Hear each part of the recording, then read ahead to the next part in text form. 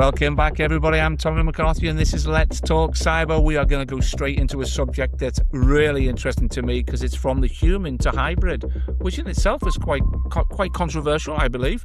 We're going to be rethinking insider threats in an AI-driven world. I'm not doing that. My delightful guest here this morning, Findlay Whitelaw. She's the field CISO at Exabeam. Welcome to Let's Talk Cyber, Findlay. Hi, thank you for the warm welcome. So what interests me the most is probably the insider threat landscape is changing. Traditionally, we thought about insiders as employees, contractors, or trusted third parties. But today we're seeing the emergence of AI agents, non-human identities, autonomous systems, and machine-driven decision-making, operating within trusted environments. And that's forcing organizations to rethink what the insider actually is, whether it's our traditional security models. Are they still fit for purpose? I would argue probably not.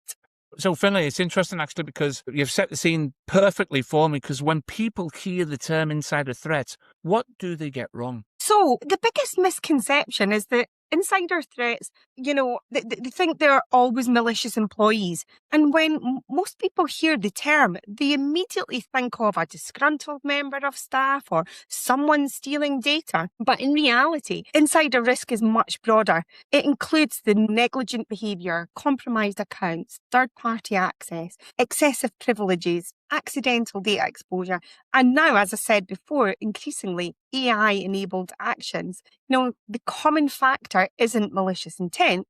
The common factor is trust.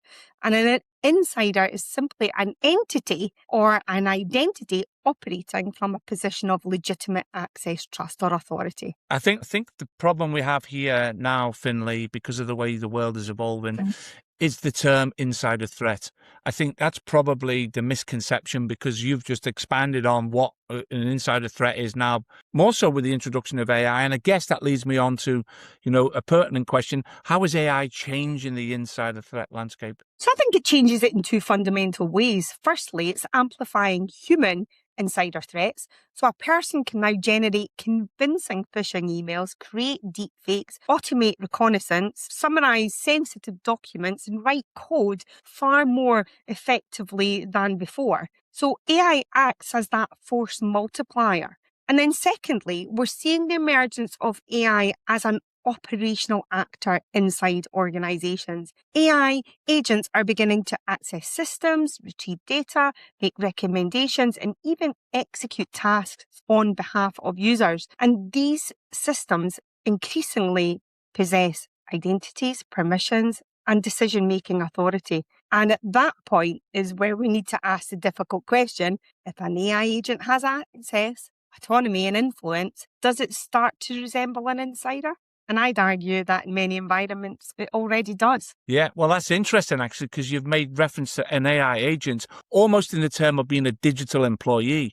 And if that's the case, who should actually be accountable for the AI inside an organization? Because that's interesting now. That's a grey area that you've just touched on to. Yeah, absolutely. So technology itself can't be accountable. The accountability must always remain human, in my opinion.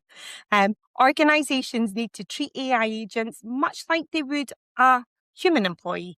Every AI system should have an owner, defined responsibilities, appropriate permissions, oversight, and monitoring. And if we deployed a new employee with access to sensitive systems, we'd know who'd recruited them, who manages them, and what they're allowed to do. We should be applying those same principles to AI agents. And the challenge is that many organizations are deploying AI faster than they are implementing the governance.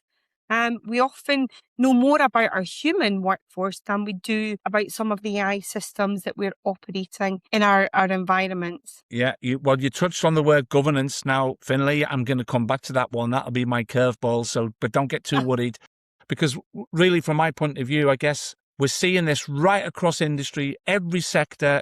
And not just from a cyber point of view. Organizations are looking to AI to improve efficiencies, to cut costs, to cut time wasting, a whole multitude and myriad of things. What should organizations be doing right now to prepare for the future, especially when it comes to AI? Yeah, so my advice is really simple. First, I think you need to gain visibility into where AI is already being used. You can't govern what you can't see. Secondly, establish governance and accountability before even scaling or adopting. And then thirdly, treat AI identities and agentic systems as first-class citizens with identity and access management processes. And finally, I would advocate for investing in behavioural monitoring. Most future incidents won't occur because somebody lacked access. They'll occur because a trusted identity, human or machine, used legitimate access in an unexpected way. And for me, organisations that will succeed will be the ones that understand not just who and what is in their environment, but how they behave in their environment. Some great recommendations there. And I'm going to be honest with you, all pretty much common sense recommendations. Well, Absolutely. So there's a tick box exercise there that's been completed. But then I guess we have to get down to the nitty gritty of it all, the nuts and bolts. How on earth do organizations govern the control, the management, the access, the use of AI tools in the workplace, other than by just standard operating procedures? Historically confirm that organizations know that governance is in place. Is there something in particular organizations should be thinking about? You can't just always be turning to the CISO expecting it to all be covered by them. What's your recommendations? So, first and foremost, I mean, we could spend all day talking about what you should and shouldn't do, but, basic terms, AI is everybody's responsibility. So some of the basic hygiene factors I would be looking at there is, one, do you have an AI policy? Two, are you training your staff in and around how to use AI safely? Do they understand the concept of AI? The good, the bad, and the ugly.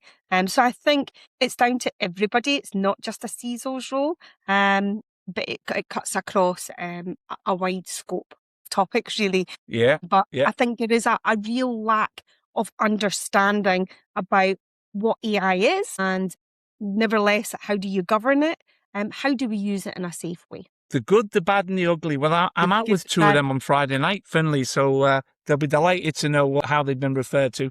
Findlay, listen, it's such an interesting subject matter, as you quite rightly said. We could talk all day about it. Indeed. This is just the starting point for me, and I'm delighted to say that you've agreed to come and support us at the OT Summit in Scotland, in Aberdeen, in August, where you will be joining an AI panel. It's going to be very controversial because it's going to be industry, it's going to be academia, going to be people like yourself that are at the coalface. So, Findlay, I wish we had more time to take this further forward. But for now, I'd just like to say thank you so much for joining me on Let's Talk Cyber. Thank you for having me.